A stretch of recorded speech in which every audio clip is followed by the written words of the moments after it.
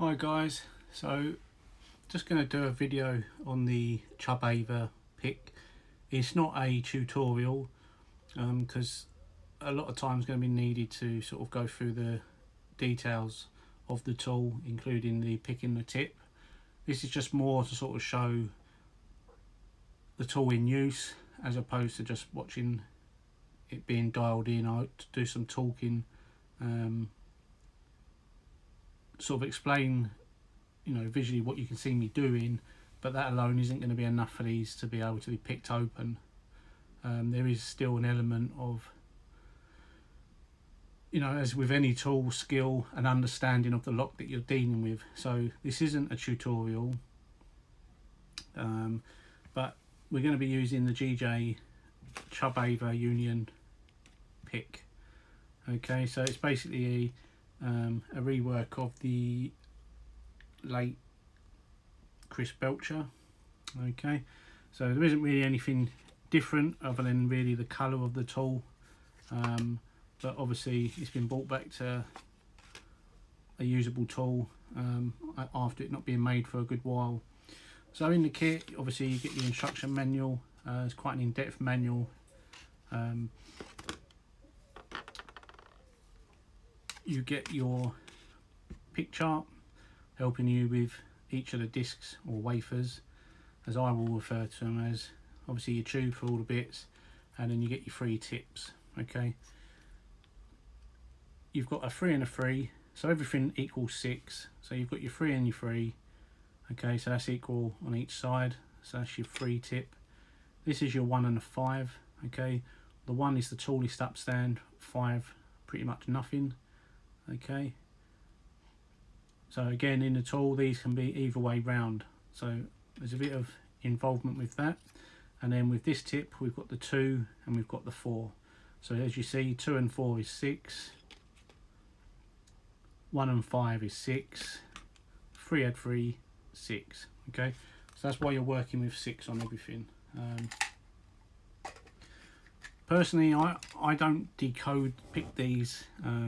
So far all the ones that I've picked has been purely from picking from the feedback and the understanding of how the lock works. Okay, so in the kit obviously you get your tool. Okay, picking wire comes out. Okay, you've got all your spacings on here. Now you'll notice that it goes from 1 to 9. Okay, and the reason being is the 10th tip on a 10 wafer lock is going to be operated from the tip. So if you're doing a 10, you're manually picking 9. If you're doing, say, this padlock or ones that work on the 9 wafer, then when you set in this tool you set it to 8.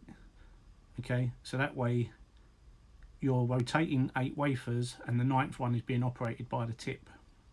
Okay, so when I insert that into the tool, we know that this is going to be 9.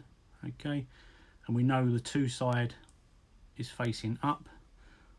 So using our spacings, so we've got 9 there, but this is 9 wafer lock, so I'm going to go to 8. Okay, so I'm going to stop on 8, nip up the wire, thumb turn, screw. So what that means is my range of movement is going to go from an 8th spacing through to a 1. Now if I was doing the 10 wafer one, then obviously I'd stop that on the 9, and that will give me a full range of 9 plus the tip, which gives you your 10. Okay, so hopefully that makes sense. We do apply tension, but not tension in the same way. I'll just move that. Not in the same way that a lot of people would expect.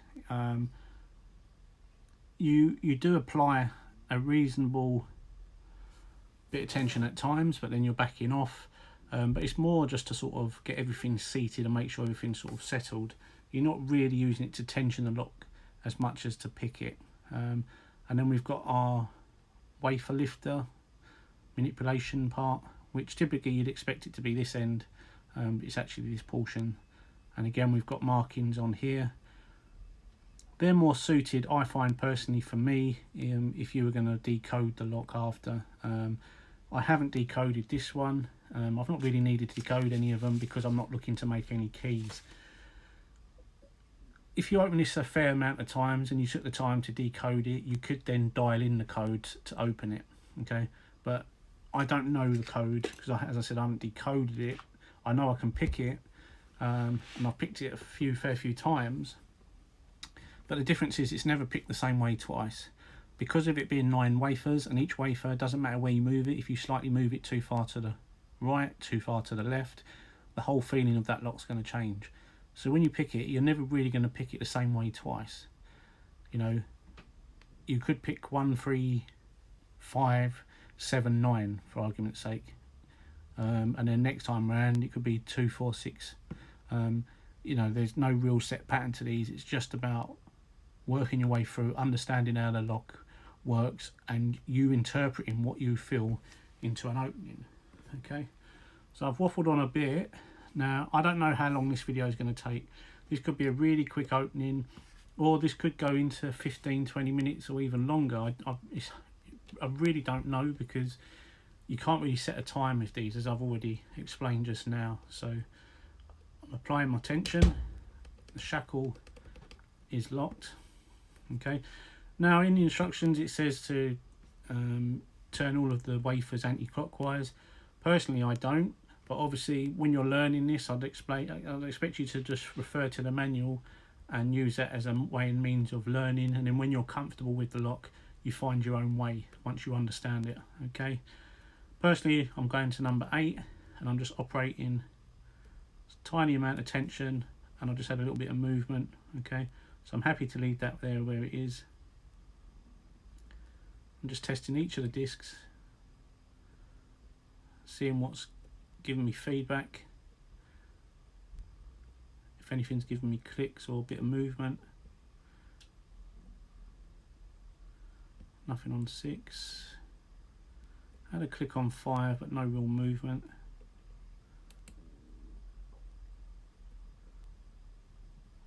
4. Bit of a click on 4, but I think I jumped off the wafer.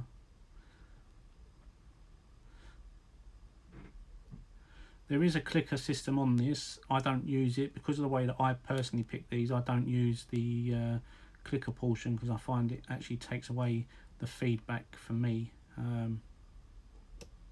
But again, that's just personal preference. I've seen it picked with the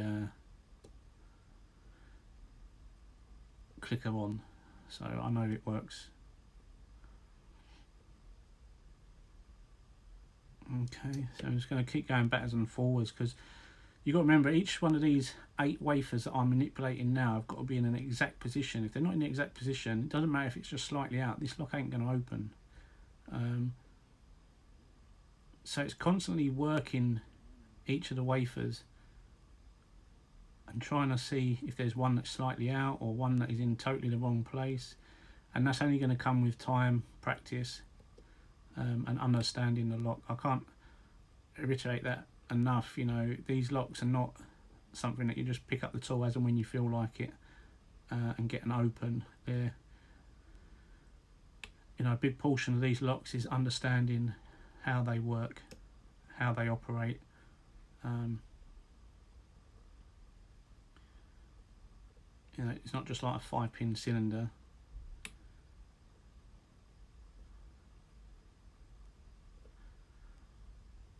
So these locks typically have 5 heights. So you've got your 9 or your 10 spacings, and some of these locks. So the lower end, the 9 disc one, not disc wafers, the 9 wafer ones only really operate on a 2, 3, 4 wafers in terms of the height. When you go to like the higher end padlocks, the 10 disc ones, the rim cylinders, then they operate the full 5 heights, as well as the 10 spacings. So as you can see, it's just a lot of backwards and forwards, trying to interpret and understand everything that I'm feeling.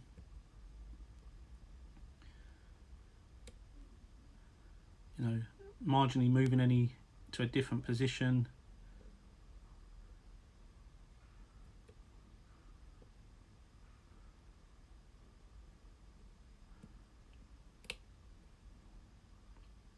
let's click on that one then. And the thing is, if I knew the combination, I could just quickly dial this in and have it open in a couple of, or probably not even a couple of minutes, in a few, you know, probably within a minute I could have this open. But as I said, I've got no reason to make a key. A key does exist for this padlock. I don't have it to hand at the minute.